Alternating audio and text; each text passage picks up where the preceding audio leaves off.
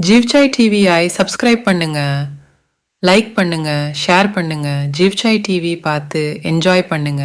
ஒரு மலை பிரதேசத்தில் குரங்குகள் கூட்டம் ஒன்று வசித்து வந்தது.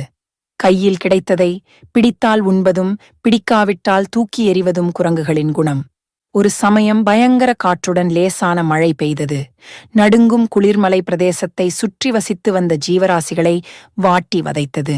குரங்குகள் குளிரால் நடுங்கி எங்கே சென்று குளிரைப் போக்கிக் கொள்வது என்று யோசித்தன.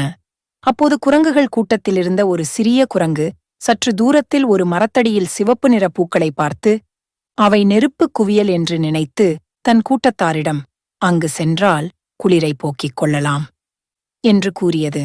சிறிய குரங்கு கூறியதைக் கேட்ட மற்ற குரங்குகளும் மரத்தடிக்கு சென்று அங்கு குவியலாக கிடந்த மின்னும் சிவப்பு பூக்களை சுற்றி அமர்ந்து கொண்டு தங்கள் இரு கைகளையும் தங்கள் தோள்களில் வைத்துக்கொண்டு நடுநடுங்கியபடி இருந்தன. முட்டாள் குரங்குகள் மின்னும் சிவப்பு பூக்களை நெருப்பு என்று நினைத்தன. மனிதர்கள் சில நேரங்களில் தங்கள் குளிரை போக்கிக் கொள்ள நெருப்பை சுற்றி அமர்ந்திருப்பர். நெருப்பு சிவப்பு நிறத்தில் இருப்பதைப் போல் மின்னும் பூக்களும் சிவப்பு நிறத்தில் இருந்ததால் பூக்களை நெருப்பு என்று நினைத்தன குரங்குகள். குரங்குகள் அமர்ந்திருந்த மரத்துக்கு மேலே ஒரு பறவை கூடு கட்டி தன் குடும்பத்தோடு வசித்து வந்தது. குரங்குகளின் நடவடிக்கைகளை நீண்ட நேரமாக கவனித்துக் கொண்டிருந்த பறவை குரங்குகளை பார்த்து பரிதாபப்பட்டது.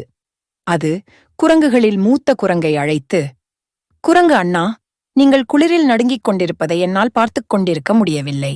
நீங்கள் எந்தப் பொருளை சுற்றி அமர்ந்திருக்கிறீர்களோ அது நீங்கள் நினைப்பது போல் நெருப்பு அல்ல. அது வெறும் மின்னும் சிவப்பு நிற பூக்கள்" என்றது பறவை. பறவை சொல்வதை தன் காதில் வாங்காத குரங்குகளின் தலைவன் நடுங்கும் உடலோடு பேசாமல் மின்னும் சிவப்பு பூக்கள் முன்னால் உட்கார்ந்து விட்டது. நேரமாக குளிர் அதிகமாகி குரங்குகளுக்கு நடுக்கமும் உடலில் ஆட்டமும் கண்டது. குரங்குகள் குளிரில் நடுங்குவதை கவனித்துக் கொண்டிருந்த பறவை மரத்தில் இருந்தபடியே மீண்டும் குரங்குகளை பார்த்து, "சகோதரர்களே, உங்களுக்கு முன்னால் இருப்பது வெறும் மின்னும் சிவப்பு நிற பூக்கள், நெருப்பு அல்ல. பூக்களிடமிருந்து உங்கள் குளிரைப் போக்க சூடு கிடைக்காது, வெறும் வாசனைத்தான் கிடைக்கும். வானத்தில் கருமேக கூட்டம் அதிகமாகிக் கொண்டிருக்கிறது. எந்த நேரத்திலும் மழை பெய்ய நிறைய வாய்ப்புள்ளது. நேரத்தை வீணாக்காமல் நீங்கள் தற்போது வசித்து வரும் மலைக்கு அருகில் குகை ஏதாவது தென்பட்டால் அங்கே போய் தங்கிக் கொள்ளுங்கள்" என்றது பறவை. பறவை தொடர்ந்து தங்களுக்கு அறிவுரை கூறுவதைக் கேட்ட குரங்குகள் கூட்டம் கோபம் கொண்டு பறவையை பார்த்து, "பறவையே, எங்களுக்கு அறிவுரை கூறுவதை இத்துடன் நிறுத்திக்கொள். உனக்கு 2 கால்கள் மட்டுமேதான் உள்ளது. ஆனால் எங்களுக்கோ 2 கால்களும் 2 கைகளும் உள்ளன. எங்களை காப்பாற்றிக் கொள்ள எங்களுக்குத் தெரியும்" என்று கூட்டத்தில் இருந்த அத்தனை குரங்குகளும் போட்டி போட்டுக்கொண்டு மாறி மாறி பறவையை ஏளன பார்வையால் அவமானப்படுத்தின. குரங்குகளால் எவ்வளவு அவமானப்பட்டாலும் பறவைக்கு குரங்குகள் மேலிருந்த அனுதாபம் குறையவில்லை. அது குரங்குகளை பார்த்து வருத்தப்பட்டுக் கொண்டிருந்தது. "இந்த நிமிடமே நிறுத்திக்கொள். நாங்கள் குளிரில் நடுங்கிக் கொண்டிருக்கிறோம்.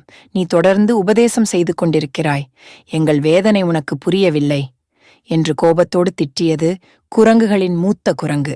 குரங்குகளின் மூத்த குரங்கு திட்டியதைப் பற்றி சற்றும் கவலைப்படாத பறவை குரங்குகளை சீக்கிரமாக மரத்தடியை விட்டு விரைவில் ஏதாவது ஒரு பாதுகாப்பான இடத்துக்கு செல்லுமாறு நயமாக கூறியது. குரங்குகளின் தலைவனும் பறவையும் பேசிக் கொண்டிருக்கும் போதே வயதில் சிறிய குரங்கு ஒன்று பறவை வசித்து வந்த மரத்தின் மீது மளமளவென ஏறி பறவையை பிடித்து அதன் இறகுகளை பீய்த்து எறிந்து பறவையை தூக்கி வீசியது. பறவையின் அறிவுரையை சற்றும் பொருட்படுத்தாத குரங்குகள் மின்னும் சிவப்பு பூக்கள் முன்னால் அமர்ந்தபடியே குளிரில் நடுங்கி சில குரங்குகள் மாண்டன. சில குரங்குகள் நோய்வாய்ப்பட்டன. சில குரங்குகள் பறவை சொல்லைக் கேட்டு மலைக்கு அருகிலிருந்த குகையில் தங்கி உயிர் பிழைத்தன.